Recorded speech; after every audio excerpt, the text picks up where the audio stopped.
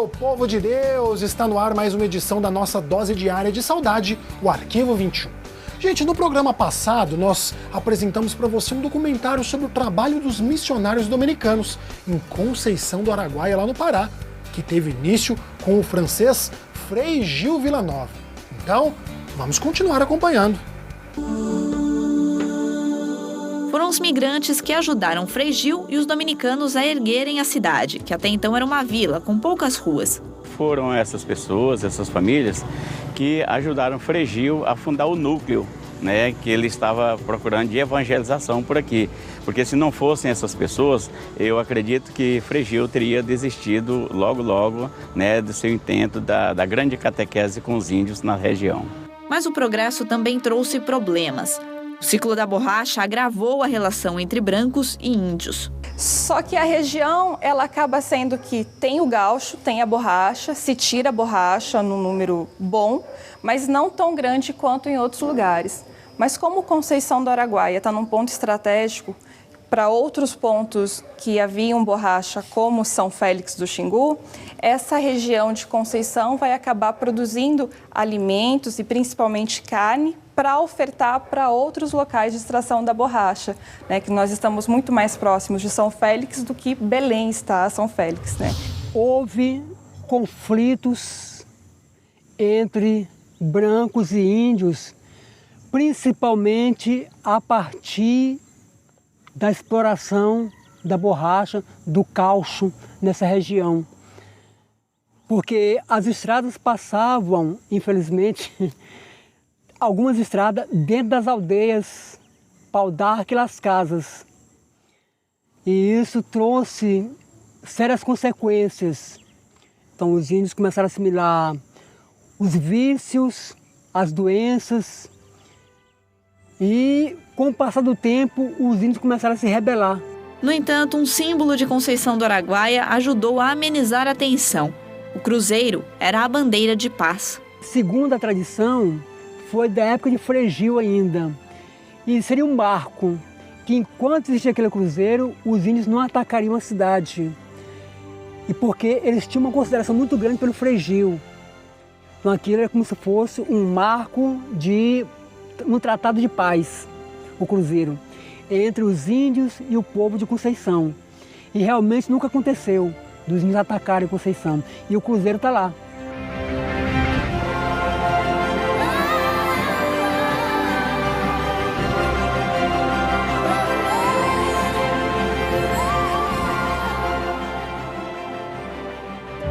Os inúmeros conflitos não impediram algumas conquistas na missão. Aos poucos, Frei Gil ganhou a confiança dos índios. Os chefes caiapós estavam reunidos escutando Frei Gil. E Frei Gil falava da paixão de Cristo, do reino, falava dos céus, falava do evangelho.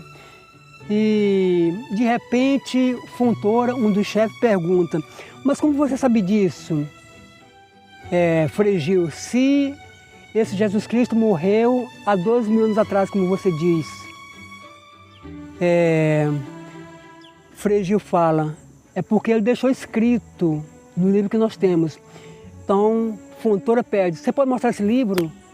Então, Frei Gil vai, traz a Bíblia e mostra o Novo Testamento.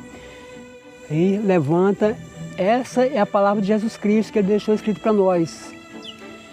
Então, ele se levanta, Fontoura, e faz a profissão de fé. Então, já que Frei Gil diz que é a palavra de Jesus Cristo, nós acreditamos. E a partir daí, eles são conquistados por Frei Gil. Outra conquista dos freis foi a chegada de irmãs dominicanas da França. A partir daquele momento, elas seriam responsáveis pela educação das crianças. E a aproximação foi bastante harmoniosa. Irmã Odete teve contato com algumas das fundadoras do Colégio Santa Rosa e explica por que as freiras tiveram mais facilidade do que os freis em educar os índios.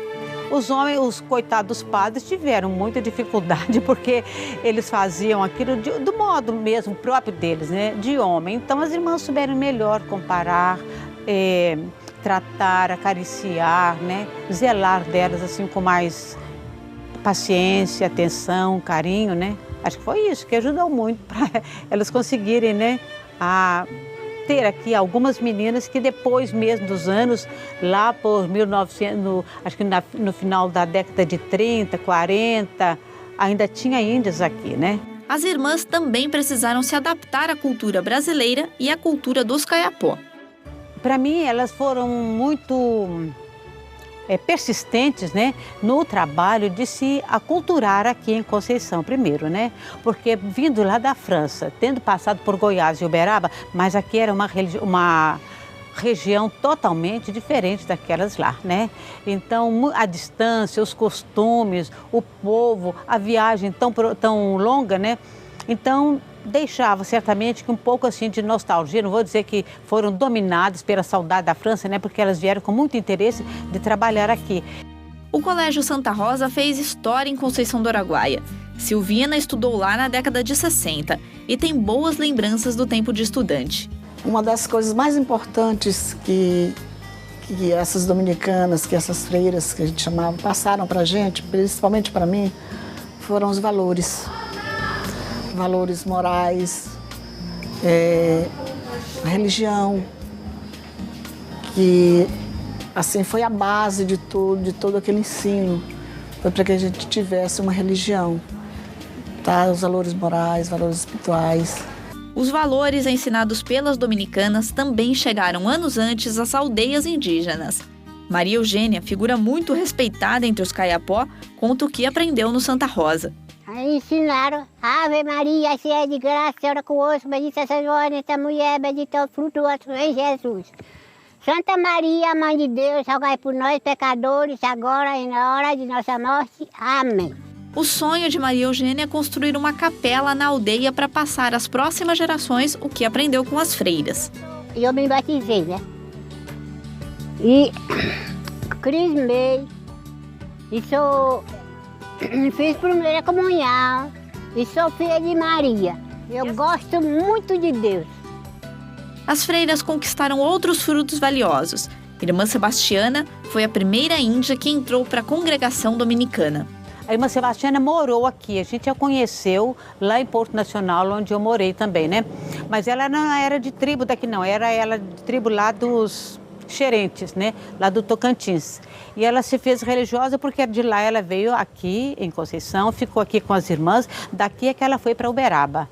Lá se fez religiosa, né? Depois voltou, trabalhou aqui, parece que esteve algum tempo lá em Belém, depois voltou e ficou em Porto Nacional.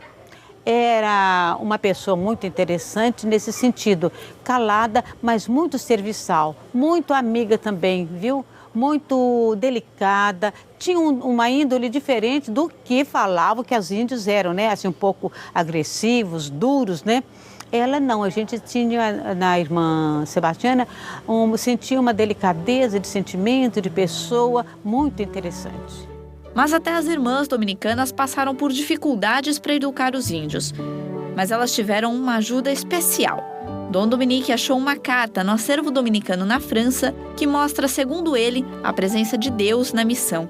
Mais ou menos em 1906, quando a primeira turma de crianças Kayapós se prepararam para fazer a primeira Eucaristia, aconteceu que alguns dias antes da data marcada para a primeira Eucaristia, as 6 crianças dos Kayapós recusaram continuar sua preparação para a primeira Eucaristia.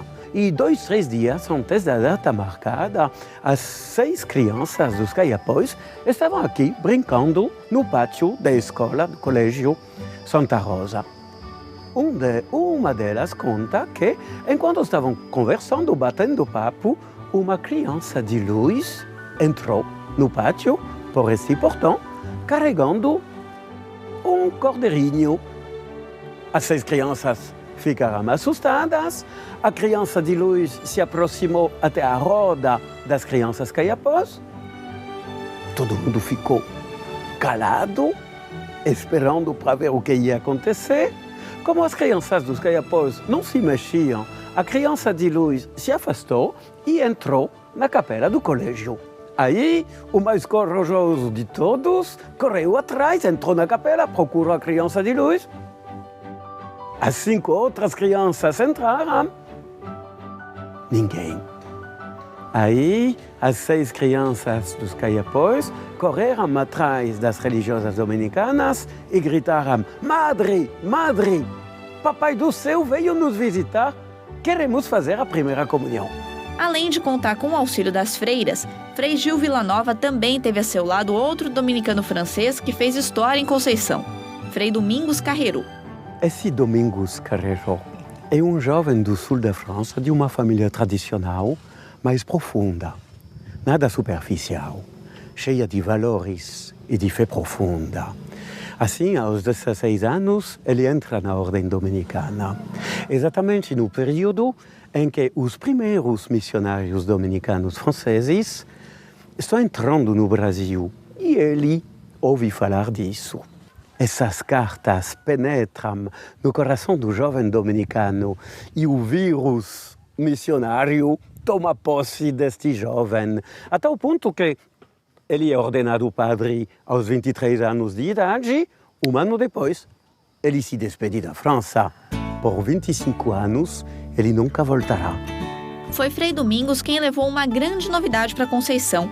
O aumento da população exigia mais produção de alimentos e ele resolveu o problema com criatividade. Porque se Frei Gil é um homem cheio de dinamismo, de iniciativas, de sonhos e até de utopias, Dom Domingos é um homem extremamente concreto, organizado, silencioso, interior e extremamente amável com o povo. Quando ele chega aqui, ele vê o milagre de Conceição, mas ele vê também que tudo isso precisa ser alicerçado sobre uma organização. Ele começou a trabalhar em Porto Nacional com fazendas e gado. E ele reproduz aqui o que ele fez em Porto Nacional, quer dizer, a criação de várias fazendas destinadas a sustentar a missão aqui, sustentar os padres e os frades dominicanos, mas também o Colégio das Irmãs. As fazendas criadas por Dom Domingos foram um legado para os produtores que chegaram mais tarde à região. Então, esse olhar que os caboclos e até os próprios dominicanos, quando constituíram as suas pequenas primeiras fazendas para pensar na própria alimentação, né, de toda a comunidade, é o que vai despertar décadas depois o olhar de outros produtores do resto do Brasil de ver como poderia ser forte e vindoura essa produção do gado aqui na região. Frei Gil e Frei Domingos conviveram por cerca de 5 anos. Em 1905, Frei Gil parte de barco para Belém e não volta mais.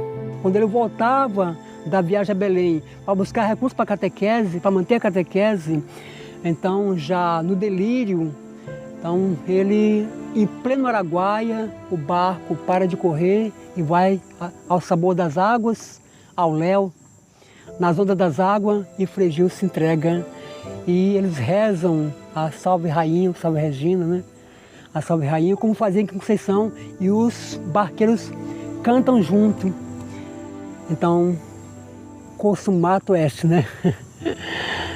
E Frei Gil vai encontrar seus índios na Terra das Bandeiras Verdes, né? No Reino Definitivo, onde o rosto de Deus se resplandece em todas as raças, todas as crenças, todos os rostos, todas as nações. Que bonito, né, minha gente? Chega a ser poético este relato do momento da morte do Frei Gil Villanova.